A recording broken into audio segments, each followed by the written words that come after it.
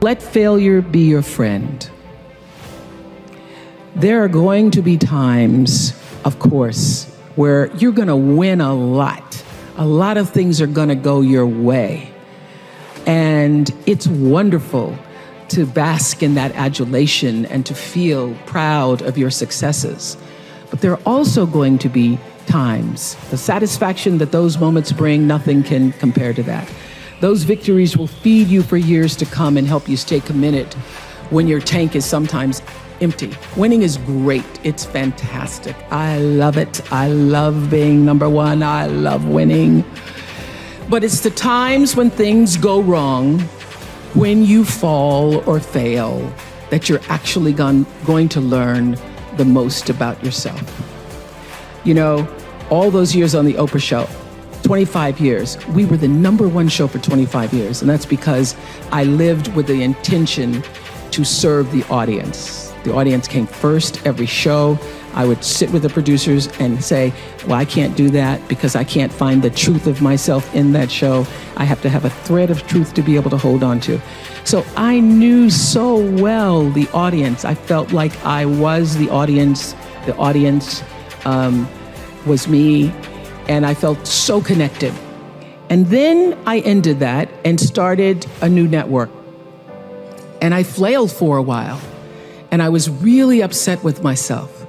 But I will tell you that when I was able to shift the paradigm to start to looking at, wow, what I have instead of what I don't have, what I have instead of what I thought I'd lost, I was able to begin to turn things around. But it's those moments of uncertainty. It's the moments where, you know, all of my mistakes show up on the evening news. You can make a mistake. I can tell if I've done something wrong. It's on the CNN crawl. I can read about it.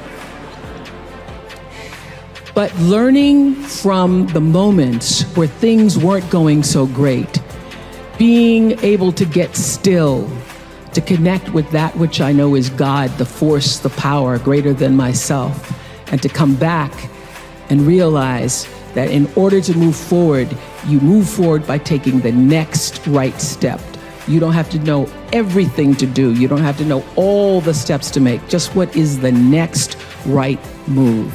It's true, you can't personally stop anybody from walking into a school with an assault rifle, nor can you single-handedly ensure that the rights that your mothers and your grandmothers fought so hard for will be preserved for the daughters that you may someday have. And it'll take more than you alone to pull 40 million Americans out of poverty. But who will you be if you don't care enough to try? And what mountains could we move, I think? What gridlock could we eradicate if we were to join forces and work together in service of something greater than ourselves? You know, my deepest satisfaction and my biggest rewards have come from exactly that. Pick a problem. Any problem, and do something about it, because to somebody who's hurting, something is everything. As you're trying to figure out, what do I do? How should I do it? First of all, I will say this, that when you don't know what to do, my girls have heard this over 100 times. When you don't know what to do, you do nothing. You get still until you do know. Because when you have to ask everybody else, should I do this, should I? And that's whether it's buying a pair of shoes or going with a guy, buying a house, taking a job, should I? When you have to ask everybody else, it means you don't really know the answer fully yourself. So you get still, be still, and know the answer will come. I had a job until I could figure out what it was really, what that gave my life its purpose and meaning. And I'd gotten demoted in my job in Baltimore as an anchor woman because as they hired me and then they decided I was the wrong color and I was the wrong size and I was the wrong, you know, I had lots of problems and they were trying to take me off the air. And I was making $22,000 a year. I thought I was in heaven because I was making my age. And my dream at the time was, Gail and I used to say, can you imagine if you're 40 and you're making 40,000? Ooh, that'd be it. So, that was as big as my dream was, just to make my age. And then I did this, they put me on a talk show one morning because they didn't know what to do with me. And I was interviewing the Carvel Ice Cream Man. It was a local talk show, and Benny from Benny, who was Mrs. Chancellor's butler or something on All My Children. Anyway, a soap opera star who wasn't the lead star. Remember Benny? Benny and the Carvel Ice Cream Man. That's how I cut my teeth. And I finished that show. So it's not about the stars themselves or whoever the guests were. But I felt like this is what I'm supposed to do. All these years I've been misplaced in news because I couldn't relate to news. I was a news reporter, and I'd be out on the stories, and I'd be crying with the people.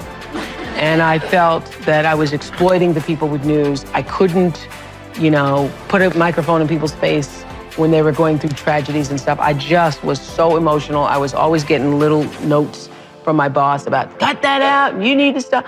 But the moment I did that talk show, I felt like, oh, I can be myself. And that was August 14th, 1978. And that was the beginning of fulfilling the calling. And so since that time, August 14th, 1978, I've never had a problem with energy. Now, when I was working in news, I used to be exhausted all the time. Just exhausted all the time because I hated it. And the reason I didn't quit is because I'm not a quitter, number one, and because my father was like, better not quit that job. You're making $22,000 a year. Who's gonna pay a black woman $22,000 a year? You're never gonna make that kind of money again. You better save half of it. So I was reluctant to quit and think about doing something else because I thought, okay, everybody wants to be an anchor woman. At the time, that was like supposedly a big deal, being an anchor woman. So I thought, okay, I won't. I'll just stay with this until I can figure out what is the best thing to do. And interestingly enough, I was applying for what I wanted to do. I felt like I needed to be able to talk. And at the time, the only thing that was available was Good Morning America or the Today Show. So I called up this agent and I asked if he would accept my tape because I wanted to be like a substitute for Bryant Gumbel. And he said to me, there was only going to be one Bryant Gumbel.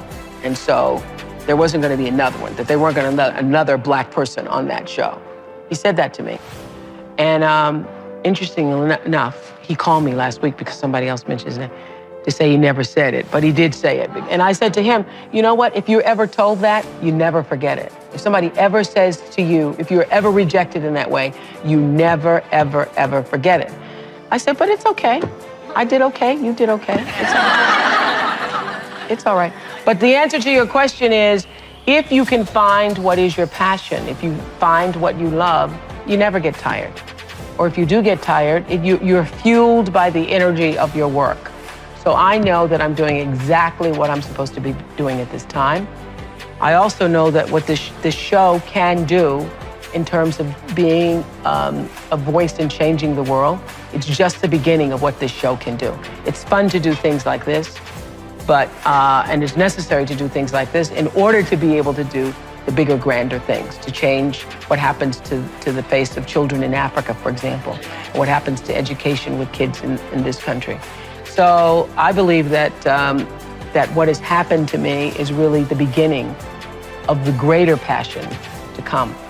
But if you find out what you're supposed to do, and you know what you're supposed to do by how it feels. You know, people wait on the voice of God to be the Moses in burning bush. I think that was only Bible talk, because he doesn't come to burning bushes for people. He comes through your heart.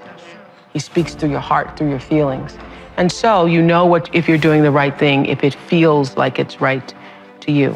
And when you hit the thing that feels right, when you know it's the right thing, you know it's right because it gives you your juice, and you know it's right because you would do it for nothing. You would do it for nothing and find a way to be able just to do it in order to be able to continue. That's how you know you're doing what you're supposed to be doing. Empowerment is authority. It is a signed permission slip to actually seize the day.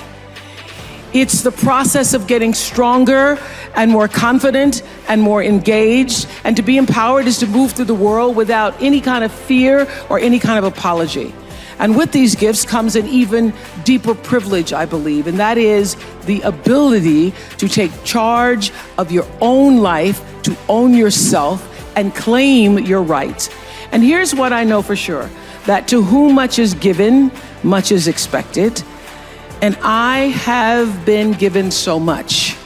I've earned it, I've been blessed with it, but I've been given a lot. And that's why I've chosen to use my life to lift other people up.